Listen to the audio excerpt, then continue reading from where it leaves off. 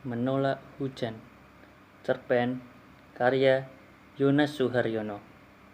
Mata Mat Karjo memerah setelah mendengar laporan seorang mata-mata yang diutusnya mengintip halaman rumah Juragan Ngabas, orang terkaya di desa itu. Sudut bibirnya berdenyut, pertanda dia menahan marah. Telapak tangan mengepal, seolah menggenggam granat nanas yang siap dilemparkan di pelataran Juragan Ngabas yang selama ini sudah membuat warga menderita. Betapa tidak, sifat rakusan Juragan sudah dimulai sejak dia tinggal di desa itu 10 tahun yang lalu sebagai pendatang.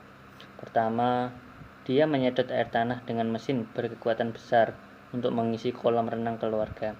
Kedua, dia mendatangkan orang-orang kampung lain sebagai tenaga kerja di perusahaannya.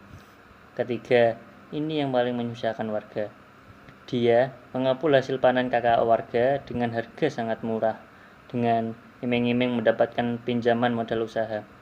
Alih-alih menyejahterakan petani kakao, dia malah mencekik leher mereka dengan pinjaman berbunga tinggi. "Apa yang kamu lihat di halaman juragan itu, Kang?" tanya Mat Karjo kepada sang mata-mata. "Begini, Ju. Di halaman juragan yang luas itu, para pekerja sedang menjemur kakao. Mereka memasang sapu gerang di setiap sudut jemuran. Sapu-sapu itu dipasang terbalik menantang langit dengan diberi cabai merah dan hijau di setiap ujung lidi." "Kurang ajar kau, Ngabas," gerutu Mat Karjo. "Loh, apa yang salah dengan sapu gerang yang dipasang itu, Ju?" "Bodoh kau, Kang," bentak Mat Karjo yang masih menatap langit dengan mata nanar menahan merah. "Bukankah itu mengusir hama dari jemuran kakao itu? Ketahuilah, Kang, sapu gerang dan cabai itu alat penangkal hujan. Dengan begitu, hujan batal turun dan tanaman padi kita kering seperti yang kau lihat itu." 2 bulan yang lalu, warga melakukan sholat istisqa agar kemarau segera berakhir, dan warga desa segera ngabu-ngabu menebar benih padi gagah. Usaha mereka terkabul. Hujan segera turun. Namun, hujan pertama, kedua, dan ketiga belum cukup membasahi tanah hingga sejengkal kedalamannya. Disusul terang hingga beberapa minggu. Inilah yang menyebabkan benih padi yang terlanjur ditebar tidak kunjung tumbuh. Kalaupun tumbuh, pasti layu dan mengering karena tak cukup air. Apa hubungannya hujan dengan sapu gerang dan cabai? Jangan ceriwis.